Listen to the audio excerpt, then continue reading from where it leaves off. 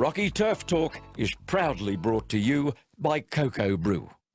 Hello punters and welcome to the Cocobrew Rocky Turf Talk for Callaghan Park Racing Tuesday, January 9. In my opinion, Master Jamie is one of the best horses ever to come out of Rockhampton, and he's proved that now by earning in excess of $1 million in prize money. There was no prouder person on Clifford Park Racecourse last Monday afternoon than part owner and trainer of Master Jamie, Graeme Green, when his equine marvel became a member of the $1 Million Club. To share the Master Jamie story and to assess his three runners on Tuesday, we sat down with Graeme for a chat earlier today.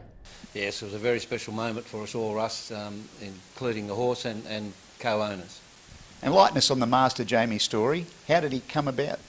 We purchased him in the March yearling sales at the Gold Coast, the Magic Million sales. It was a cheap buy at the time for $10,000. I picked two horses out in that particular sale that I really liked, two colts. One of them turned out to be the Odyssey and the other one's turned out to be Master Jamie, so the choice, was pretty spot on. As a young horse, did he always show you that he had something special? Well, when we broke him in first, Mandy Stanley come up and helped me break him in, and she reckoned he was one of the slowest horses I had in the stables, but it wasn't until we actually galloped him for the first time that she changed her mind and then thought that he always had something special. When we let him down and let his head go, he really showed us that he had some talent, but in saying that, if you just went out on the track and didn't make him do work, he wouldn't do it. He'd only go out and do what he had to do and then come back. He done it as a 2-year-old and a 3-year-old. Then did you think he'd go on and race successfully at listed and group level? We did have expectations to get some black type against his name, but unfortunately we haven't. He's been placed in listed levels on 2 occasions, running third both times, but he hasn't finished yet, and hopefully in the future we can get some more black type against his name. He's no champion by any means, but he's our champion, and we just hope that in the future that we can get that little bit of black type against his name, because he thoroughly deserves it. He's the winner of 2 Rockhampton Cups. He's now accustomed to carrying big weights. Yes, that's an unfortunate thing when you have handy 2- and 3-year-olds and they win a few races. The handicapper just lumps the weight on your back. Fortunately for Master Jamie, he's used to carrying big weights. His track work riders are Marky Unwin to start with, and then now recently with Will Johnson. They're boys both up in their 70 kilo mark, so he's accustomed to carrying weight in his track work. He actually thrives with big weights. He won the Tats Cup with 65.5 kilos on his back, and his worst runs actually to the point now has been when he's carried no weight on his back. He's put a couple of shockers in, but no, he doesn't mind the big weight. He's as tough as old boots, and he relishes the heavy weights going. Where does he go now? His next start, all going well, with the Caloundra Cup over 1,400 metres. It's a lovely stepping stone for what I believe is his pet distance at the moment, which is 1,600 metres. We hope to concentrate on some more of that middle distance race in Brisbane prior to coming back up north with the Northern Carnivals. Graeme, let's turn our attention to Tuesday. 3 runners, Les Tilly to ride them all. Race 1, Taliki was placed on debut. Yes, Taliki's copped a nasty check at the start of that race, and most 2-year-olds will turn the bundle up straight away, but he's picked himself up and hit the line quite strongly and still did a lot wrong in the race.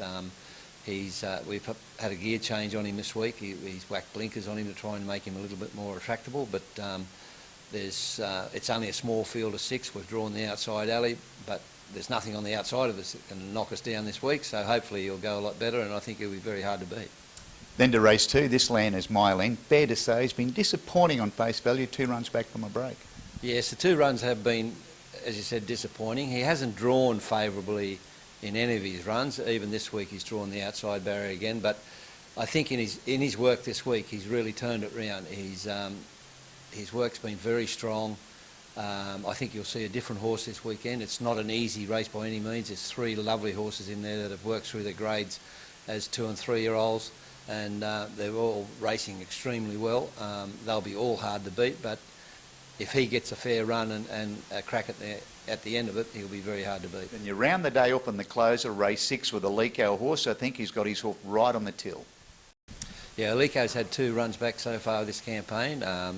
He has turned his form round. He was a bit mixed up beforehand. He's most probably the one of the slowest learning, better than Reddy's I think I've had anything to do with. They're normally very up and go horses, but his first run he's run a nice third, drew awkwardly that day. Same with his second start, he drew awkwardly, got held up in the vital stages, but hit the line strongly. If he gets a decent run in the race itself today, on Tuesday, it's the biggest field of the day for us. I think there's 13 runners at this stage. He'll need a bit of luck in running, but if he gets that luck, he'll be very hard to beat. Can you give the punters a lead? What's your best? I still think This Land Is My Land is the pick. Like I said, his track work this week has been sensational. He's really turned it round, and I think he'll be very hard to beat with a bit of luck in running. Well, Graeme, not only are you doing a wonderful job with Master Jamie, but all of your team, so much so you are the Cocobrew Racing Participant Award winner for the month of December. Thanks for joining us on RTT today. It's been a wonderful chat. Thank you, Russell, and thank you to Cocobrew for the awards. They're doing a great job. Hi, this is John Tapp, and when you're in Rockhampton for the races, Cocobrew is your one-stop shop. With a wide range of craft beers and cocktails, the restaurant has a succulent menu and the best steaks in town. The boardroom and whiskey lounge will cater for your private function. Accommodation, they've got you covered with boutique apartments on site at a 4.5-star rating. And for coffee and food on the run, head straight to Cocobrew Express. When next in town, let the crew from Cocobrew look after you. Selections race 1, the cutest 2-year-old maiden handicap over 1,050 metres. Here like horse number 4, and that's interesting. Well, she's only had the one racetrack appearance. That resulted in running third at Ipswich the other day. I do think she'll break through for a maiden win here, and Justin Stanley does the riding for the Lee Wanless stable. Danger number 2, Taliki. Third best 5, Patinsky. 425, numbers race 1. Then to race 2, the benchmark 70 handicap over 1,050 metres. Here like horse number 2 and Just Super. Well, he didn't let us down the other day and we labelled him a good thing. If he replicates that, I do think he'll go back to back and Wiggins reunites at the Walsh Yard.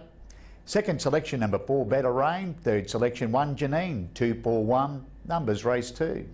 Then to race 3, this starts the quaddie, the cutest 3-year-old maiden handicap over 1,050 metres. Here like the visitor from the sunny coast in the way of 5 Hot Potato. Well, she looked very sharp in winning a recent Caloundra barrier trial. She brings that trial form to the races. I do think she'll win on debut, and Huxtable has the reins for the Taylor Yard. Danger number 2, Doubting Eye. Third best 7, Spot On Sophie of 527, numbers race 3. Then to race 4, the maiden handicap at 1,300 metres. Here like horse number 3 in Quarter Share. He's placed last start on a rain-affected track. He ran third here at Callaghan Park. I do think he's better suited on top of the ground. I do think he'll break through for a maiden win, and Stanley and Botter combine. Second selection number 1, Master Rich. Third selection 9, Roy's Road, 319, numbers race 4. Then to race 5, the cutest benchmark 60 handicap over 1,400 metres. Here like horse number 3 in Can He Be Better. He comes up a very good second last start behind Dollar Dollar. I do think he'll go one better here and return to the winner's stall, and Justin Stanley does the riding for the Celeste Green stable. Danger number 4, Poet's Day. Third best 1, Bungarraby Lad, 341, numbers race 5. Then to the closer, race number 6, the 0 to 55 handicap over 1,200 metres. Hero like the toppy in Jungle Beat.